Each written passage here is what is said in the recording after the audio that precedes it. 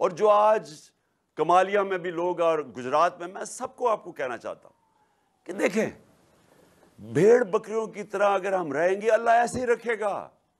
وہ قرآن میں کہتا ہے میں کبھی کسی قوم کی حالت نہیں بدلتا جب تک قوم خود اپنی حالت بدلنے کی کوشش نہیں کرتی. یہ ہم نے حالت بدلنی ہے.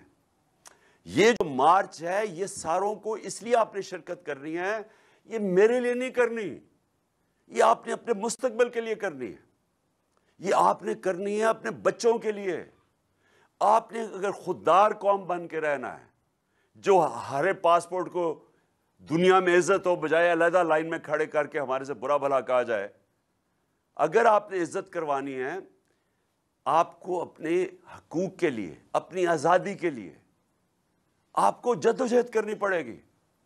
اور میں تو قوم کا مشکور ہوں کہ جس طرح قوم نکلی ہے اور جس طرح ہر قسم کی جو انہوں نے دھمکیوں کے بغیر قوم نکلتی آئی ہے, میں پہلے تو آپ کا شکریہ ادا کرتا ہوں سب کا, لیکن میں پھر سے آپ کو کہنا چاہتا ہوں کہ دیکھیں قوم کے پاس کبھی کبھی موقع آتا ہے کہ وہ اپنی تقدیر بدل سکے. یہ وہ موقع آ گیا ہے, قوم میں شعور آ گیا ہے, سوشل میڈیا ہمارے نوجوانوں کے اندر شعور آ گیا ہے.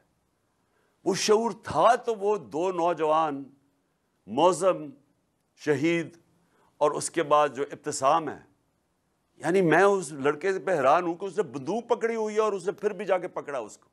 یہ جاگی ہوئی قوم ہے. کبھی آپ نے یہ ظلم کے سامنے جھکنا نہیں ہے. یہ جو آپ کو خوف پھیلایا جا رہا ہے اس سے ڈرنا نہیں ہے آپ نے.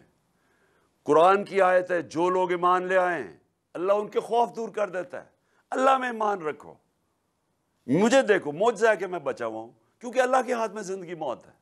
اگلوں نے تو پوری کوشش کر لی تھی مجھے مارنے کی, انہوں نے تو پورا ٹریپ کر دیا تھا, ایک ادھر اور دوسرا آگے, ایک سے بچا تو دوسرے نے مار دینا تھا. انہوں نے تو تیاری پوری تھی. لیکن اللہ جس کو بچاتا ہے کوئی نہیں اس کو لے جا سکتا. اور اللہ نے, میں یہ سمجھتا ہوں, میرا ایمان ہے کہ بچایا اس لیے ہے کہ اسے پتہ ہے کہ میری ایک مشن ہے اس ملک میں قانون کی حکمرانی قائم کرنے کے لیے, تحریک انصاف کی تحریک.